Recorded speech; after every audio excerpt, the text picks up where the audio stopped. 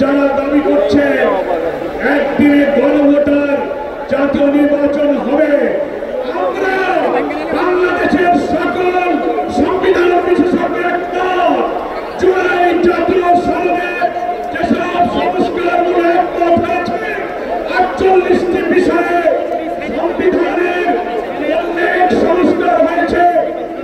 দলের প্রধান সরকার প্রধান এক থাকবে না, সাংবিধানিক বোর্ডগুলোতে পৃথক অ্যাপয়েন্টিং অথরিটি হবে, নিরপেক্ষ বিশিষ্ট পার্লামেন্ট সহ যা যা সংশোধন হয়েছে গণভোটে তা যদি আইনি ভিত্তি না হয় তাহলে কিসের ভিত্তিতে জাতীয় নির্বাচন হবে? এই সরকারকে হাইকোর্টের আর্টিকেল 106 এর মধ্য দিয়ে রেফারেন্স সরকারের বৈধতার কথা অনেকে বলেছেন, কিন্তু বাংলাদেশের সংবিধান বিশেষজ্ঞরাও 106 সম্পর্কে আইনের বিতর্ক সৃষ্টি করেছেন। একমাত্র গণভোটের মধ্য দিয়ে জাতির আকাঙ্ক্ষা পূরণের যত সংস্কার হয়েছে তার আইনি ভিত্তি দেওয়া সম্ভব। তা না হলে জাতীয় নির্বাচনের বৈধতা এই সংস্কার কখনো পূরণ হবে না।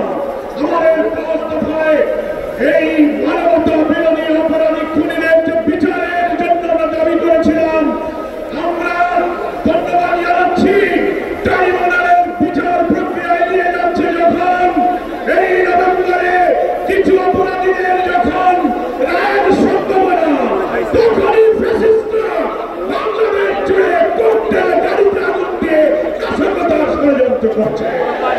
আমরা বলতে চাই সরকারকে, স্বরাষ্ট্রমন্ত্রীকে, আমরা শুনছি ঢাকার হোটেলে হোটেলে সন্ত্রাসী অবস্থান নিয়েছে। আপনারা অভিযান চালিয়ে ফ্যাসিস্টদের দোকানকে গ্রেফতার করুন এবং অবিলম্বে আপনারা জুলাই সনদের আইনের ভিত্তির জন্য আগেই গণভোট দিন, তারপর ফেব্রুয়ারিতে এই জাতীয় নির্বাচনে তফসিল ঘোষণা করুন। জাতি সরকারকে সহযোগিতা করবে। আজকে জাতীয় নেতৃবৃন্দ আগামী দিনের পথযাত্রার নির্দেশনা দেবেন আপনাদের সকলকে। আজ দলের ঐতিহাসিক প্রথম জাতীয় নেতৃবৃন্দ জাতির সামনে হাজির হয়েছে, আমরা শুকরিয়া জানাই। এই ঐক্যের মধ্য দিয়ে একটি নতুন মানবিক বাংলাদেশ বিনির্মাণে এই জাতি এগিয়ে যাবে, এই আকাঙ্ক্ষা ব্যক্ত করে আমার বক্তব্য শেষ করছি। আল্লাহ হাফেজ। বাংলাদেশ জিন্দাবাদ।